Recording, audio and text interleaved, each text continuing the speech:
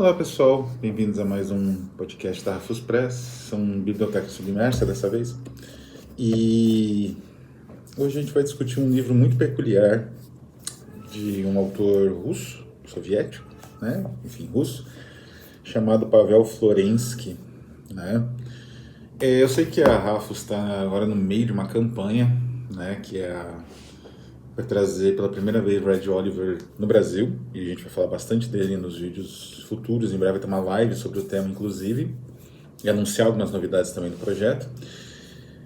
Nós também estamos aí trabalhando em 4 projetos de finalização, né? Impressão, vai demorar um pouquinho mais, que a tradução está sendo mais difícil do que eu imaginava, que é o Pré-Rafaelitas, mas horrores estéticos, psicogeografia e subversões estão quase prontos, praticamente prontos, né? Falta pouquíssimos toques finais e a impressão, né? Então nos próximos 20, 30 dias a gente vai imprimir uma série de livros aí para as campanhas, mas não vou falar disso hoje, vou falar do Pavel Florensky, né? É um intelectual sensacional, é um livro incrível, esse de Perspectiva Inversa, da editora 34, né? Tradução de Neide Alaguias e Anastasia Bitsenko. A Neide faz a apresentação também. A Neide, ela é tradutora do russo, mas também ela é editora da Kinorus. Kinorus é uma pequena editora independente brasileira, né, com a Neide à frente, que edita preciosidades, né. Recentemente entrou no catálogo um trabalho deles que eu tive uma participação discreta, né, que é a nova edição da Biblioteca Infinita da Eisenstein, né, com mais entrevistas e tudo mais, que é em vários idiomas, em russo, em inglês, e é um livro que eu recomendo muito, quem puder adquirir aí na pré-venda, compre, vale muito a pena, você ganha algumas coisas e tal, mas é um livro... A Kinorus, ela tem alguns lançamentos incríveis, né? E como a Rafus Press, de certa forma, a editora irmã, ela trabalha com vanguardas, né? Só que eles trabalham com as vanguardas soviéticas, russas e soviéticas, e a Rafus Press trabalha basicamente com vanguardas de todos os tipos, mas mais ocidentais, né? Tanto de poesia quanto de história de terror, né? Mas voltemos ao Pavel Florensky, né? Então essa edição da editora 34 é uma editora bastante conceituada e de fato tem um excelente trabalho com material das vanguardas russas e da literatura russa e do leste europeu de modo geral.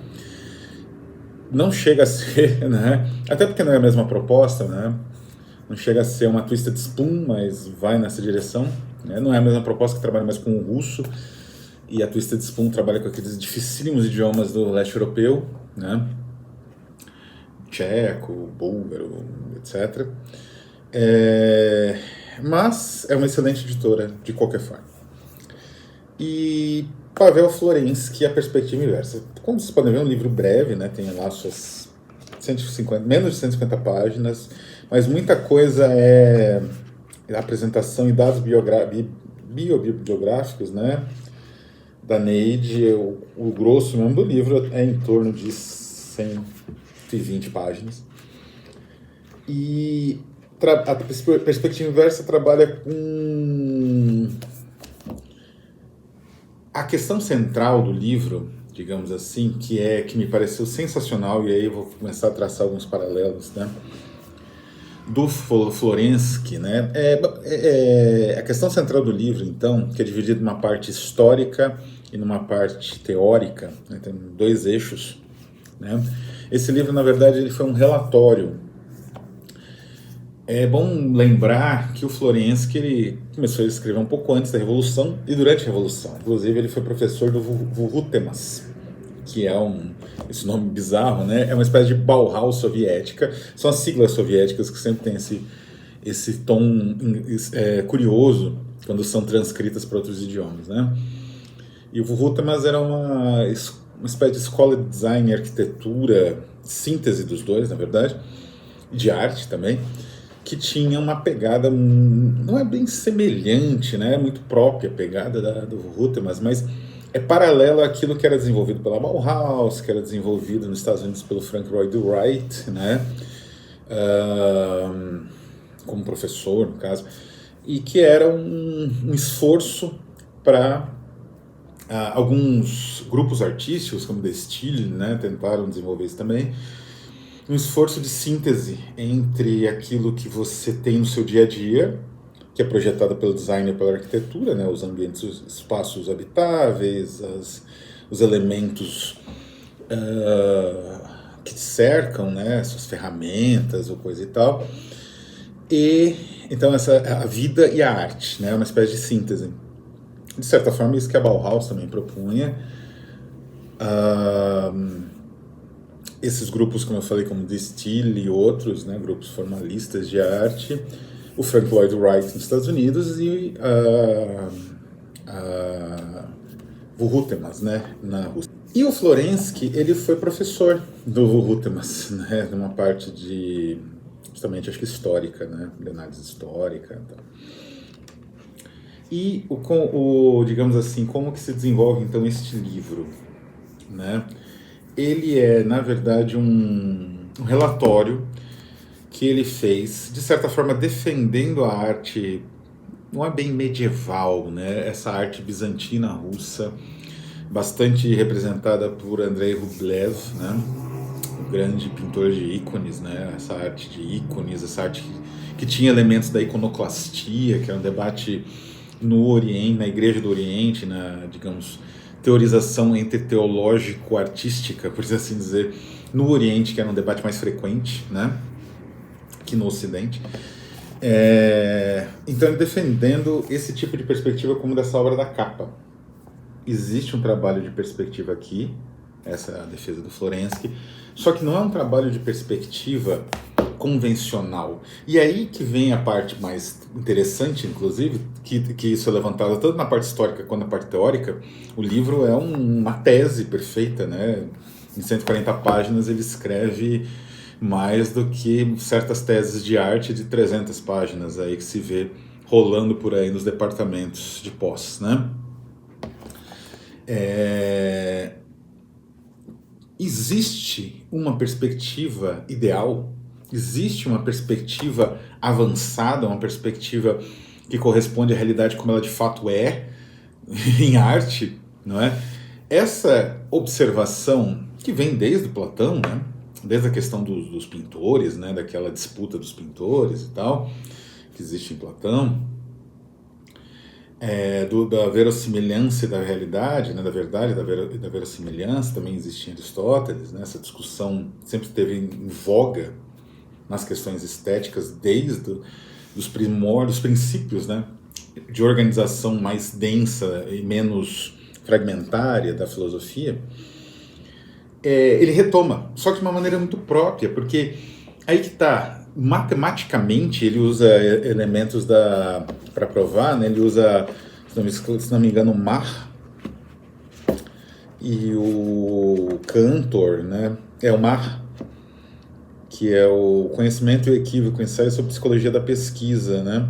Erkenntnis und Irrtum, né? Skizen zur Psychologie der Forschung. Então eles citam Mar e o Cantor, que é um matemático, né, para justamente provar que não existe uma perspectiva, digamos assim, uma visão evolutiva de perspectiva em que existiria uma perspectiva melhor que a perspectiva desenvolvida, por exemplo, pelos criadores de ícones como Andrei Rublev, né? E ele vai sedimentando essa ideia de uma forma genial, justamente conectando a arte daquele período dos colegas dele, como o Rodchenko, né? Rodchenko, né? Enfim, é difícil pronunciar os nomes russos, mas enfim, esse grande designer e fotógrafo, né? Ele trabalhou com as artes ali de vanguarda, com instrumentos de vanguarda, né? Não só as artes em si. A Popova, outros tantos, né, que trabalharam na Rússia esses elementos, inclusive na própria linguagem, né, como o Estou, inclusive, para ler o livro dele e fazer a resenha, né, que é o Klebinikov, que inventou uma linguagem, né, e outros tantos que, de certa forma, passaram a questionar essa visão de um tipo de geometrismo euclidiano fanático, né, digamos assim, um geometrismo euclidiano estático, rígido, né? Não existe outras formas, não existe outras formas de representação, essa aqui é impossível, não é assim que o seu olho vê, não é realmente? Não é? As coisas, elas têm, tudo tem uma perspectiva forçada, não é? As coisas às vezes não se achatam, seja numa tela de cinema, seja pelo efeito do próprio olho, dependendo do movimento ou do que você realmente está fazendo. Não existe, né? Quer dizer, isso aqui não existe? Isso aqui não comunica alguma coisa, né? Não tem um efeito estético. Então, essa discussão que ele vai alternando, como eu disse, de elementos de matemática pura, passando por psicologia, né? Trabalhando ali a filosofia do grupo próximo, do grupo ali mais objetivista, né, da filosofia, mais analítico, que é o grupo que estaria do Círculo de Viena, né, que estaria próximo do Wittgenstein, do Bertrand Russell, que é muito engraçado, né, porque ele usa esse tipo de pensamento para justamente negar uma visão geometrizante, né, que é, em geral, atribuída a esse filósofo. Aí se vê a leitura totalmente superficial de filosofia que se tem, e que, claro, Florencio que não tinha. E também aí se vê o número de diferenças. E a parte histórica, ele ainda, digamos assim, reivindica uma série de técnicas, de formas de composição que você nem desenhava, não existia nem ilustração. Era tudo na base de tabelas, de mecanismos com a pena, né? E você estruturando a ilustração ali com todos esses mecanismos e lentes. E ele meio que retoma tudo isso a partir de alguns textos também do Dürer, uma parte histórica muito rigorosa, né? Do Albrecht Dürer. E então ele ainda vai descrevendo essas máquinas, né, digamos, de pintura. E isso é genial, é absolutamente genial, né? É um livro fascinante, recomendadíssimo. O tema parece árido, mas é muito pelo contrário. A abordagem é singularíssima. A cultura é gigantesca do autor faz com que você rapidamente mergulhe no que ele está expondo, né? E digamos assim, a abordagem é muito rica, é muito complexa, que faz você compreender que essa visão evolutiva da arte é absurda, né? Que a arte, sei lá, medieval é primitiva.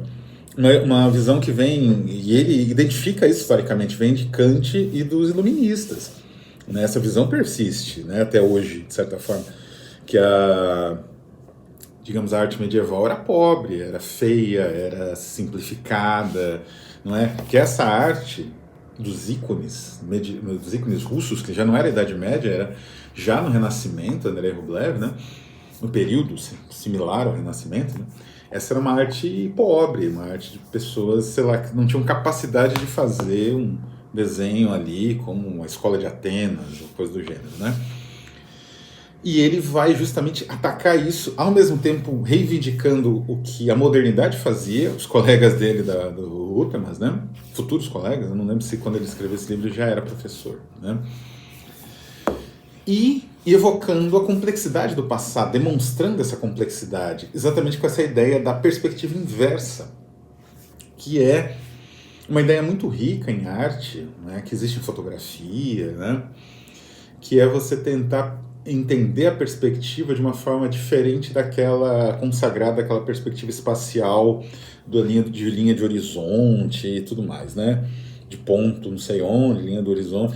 Então você inverte essa perspectiva, que é um pouco até o que acontece numa câmera escura, né? Câmera obscura, aliás, o título, né, da nossa campanha, o que acontece com esses instrumentos de visão, de ampliação da visão, que simplificam as coisas, né? Um telescópio, uma lente de aumento, né? Então eles vão detalhar certos elementos e outros se perdem, né? E a perspectiva inversa, ela tem muito de diálogo com isso, né? Porque com ela é possível isso daqui, por exemplo, né? parece que essas três personagens, três graças, eu acho, né? Essas três personagens, elas são da mesma altura, estão chapadas, né? Mas, ao mesmo tempo, existe uma percepção de que eles não estão exatamente chapadas, né? Existe uma espécie de outra forma de articulação, ou esse prédio aqui do fundo, né? Também parece meio chapado, meio estranho, as paredes, né? E não é isso, porque na verdade também a nossa visão vai modulando os objetos conforme, sem a gente perceber, conforme a gente vai observando esses objetos, não é? A gente tem foco, certas coisas perdem o foco, etc, etc, né? E perdendo o foco, elas perdem digamos assim, a sua solidez, né? Essa perspectiva, digamos assim, de linha de fuga absoluta, você tem que forçar, de certa forma, isso que ele também comprova, né? A obra de arte precisa forçar para ela existir, senão ela não existe. Ela é um efeito só, né? Um efeito teatral, na verdade, que é o que ele fala. É uma teatralidade do visual, da visão. E já nessa descrição que eu fiz, muito simplificada, dá para perceber que Florensky era um polímata, que é um tipo de figura que me fascina, né? Desde Athanasius Kircher, de Christian Huygens, né? Que é o que dá um nome para um grande telescópio, né? Que tem no espaço, antes agora do novo Webb, né? É o Huygens, né? Ele também era um polímata, que era uma forma, o Chu Solar na Argentina, né? Que era uma forma de interação com o conhecimento que entrou em extinção no século XIX. Provavelmente Florensky foi um dos últimos, né, no mundo. Depois você tem o especializado, a especialização, né, que traz inúmeras vantagens, evidentemente, de foco, de desenvolvimento de ideias e tal, ela é necessária, mas, de certa forma, subjuga, né, domestica o pensamento. Aquele pensamento selvagem que existe no próprio Florensky, mas existe no Athanasius Kircher, que escrevia sobre tudo, desde, sei lá, geologia até a Arca de Noé, né? Dilúvio. Esse tipo de pensador desapareceu. E esse tipo de pensamento, né, que choque de vários elementos diferentes, então, desapareceu também. Não existe. Não existe mais, né? A gente só pode revisitá-lo em um livro como esse, em que o Florensky usa todo o conhecimento que ele tem para desenvolver a ideia dele, né? Para salvar essas obras, porque aí a gente volta à questão central do motivo desse livro. A Revolução Russa estava transformando os mosteiros fortificados, inclusive, em futuros gulags, né? Que tem um nome piadístico no Brasil, sabe-se lá o motivo, porque é um campo de concentração, né? É uma coisa fazer piada com um campo de concentração. E alguns mosteiros viraram gulags com essas obras de arte aqui, né? Então, para muitas autoridades soviéticas, isso era lixo, era, sei lá, coisas relacionadas a um passado opressor, racionalmente falando, eram inferiores ao que o Ocidente tinha nas igrejas. Então, Florensky foi provar que não era assim, né? Então, ele escreveu uma espécie de tese sobre o tema aqui. E ele escreveu outras coisas, né? A Neide sempre cita, né? Ele seria uma influência decisiva em um monte de gente, né? O próprio Eisenstein, mas especialmente o Tarkovsky, né, teria uma influência tremenda. Bom, o primeiro filme do Tarkovsky, o segundo filme, na verdade, é Andrei Rublev, que é justamente a cinebiografia. É difícil falar isso nesse filme, mas enfim, até porque é um personagem que não tem biografia, né? Tem as obras dele, né? A vida dele é um mistério, né? Ele foi justamente, então, reimaginar a existência de uma pessoa no período terrível, turbulento do Andrei Rublev, que fez essas obras aqui. Essas obras celestiais, um período de violência, de terror, né? E é quase como uma homenagem ao mestre dele, Florensky, né? O Pavel Florensky, então, tem uma influência muito grande no cinema russo, né? especialmente nesses outsiders, como o próprio Florensky, porque o destino dele foi terrível, né? Ele escreveu outros livros, evidentemente. Ele foi professor, como eu disse, da Rutemas, que era uma espécie de Bauhaus soviética. Quer dizer, como eu disse, não é bem isso, né? Mas era uma escola que buscava, uma escola de arte e design que buscava uma síntese entre os objetos que nos cercam e a possibilidade estética de cada um deles, ou a possibilidade de criação, pelo menos. Alguns negavam até a questão estética, né? Algumas das vanguardas soviéticas, né? Arte sem cavalete e tal. E ele foi professor, colega desses vanguardistas, inclusive, e um defensor das vanguardas, como eu disse, né? E ele foi preso, e é muito engraçado e muito triste, né? Porque daí a obra dele, óbvio, caiu no esquecimento completo. E ele continuou trabalhando no campo de concentração. Eu achei isso bizarríssimo, comentei com a Neide, inclusive. E aí eu descobri, lendo essa outra pérola, que em breve vai ter um arquipélago Gulag, né? Um livro pouco comentado no Brasil, por motivos que eu não sei quais são, né? Mas é um livro sensacional, muito bem escrito, maravilhoso. São 5 tradutores bons do russo, esforço coletivo, né? E ele conta, o Solzhenitsyn, que existia um tipo de prisão que ele mesmo foi, que era os X, né? Que era o nome dos prisioneiros. Ele até escreveu, chama Sharashka, né? A Sharashka era uma prisão para cientistas que trabalhavam ali, eram obrigados a trabalhar, né? E aí eles acabavam morrendo, às vezes de doença, porque, embora fosse melhor do que vocês simplesmente, como trabalho forçado, morrer de tanto trabalhar, de exaustão, né? Em dias, também não era nenhum paraíso, né? Então você podia ser fuzilado, você podia ser morto porque o guarda não foi com a sua cara, você podia morrer de fome num momento ali que acabasse a comida, né? Guerra ou, enfim, crise. E essa Sharashka, ele escreveu o primeiro Círculo, né, que é um livro, aliás, muito bom também, do Solzhenitsyn, sobre a Sharashka, e é onde ficou o Florensky, que inclusive desenvolveu uma série de coisas ainda na prisão. Se não me engano, ele desenvolveu uma vacina, uma coisa assim, que é o Central dos Campos de Trabalho, né? Foi para o Gulag, né? E ele ficou no Mar Branco, parte bem terrível, né? E ele trabalhou numa fábrica de iodo. Ele acabou sendo fuzilado, né? Em 8 de dezembro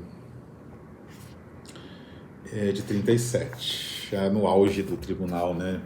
No início, na verdade, dos processos fraudulentos de Moscou, que mataram a velha guarda, ele mais ou menos entrou, né? Já estava um certo tempo preso, e ele desenvolveu processos de Fabris, desenvolveu um monte de coisa preso, né?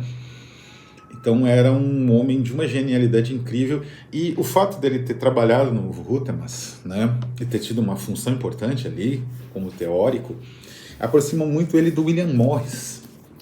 Eu sempre pego esse livro porque ele tem a pior introdução do universo, que é um sujeito que detesta o autor, fez um lindo projeto gráfico, né? São um dos livros mais bonitos que eu tenho.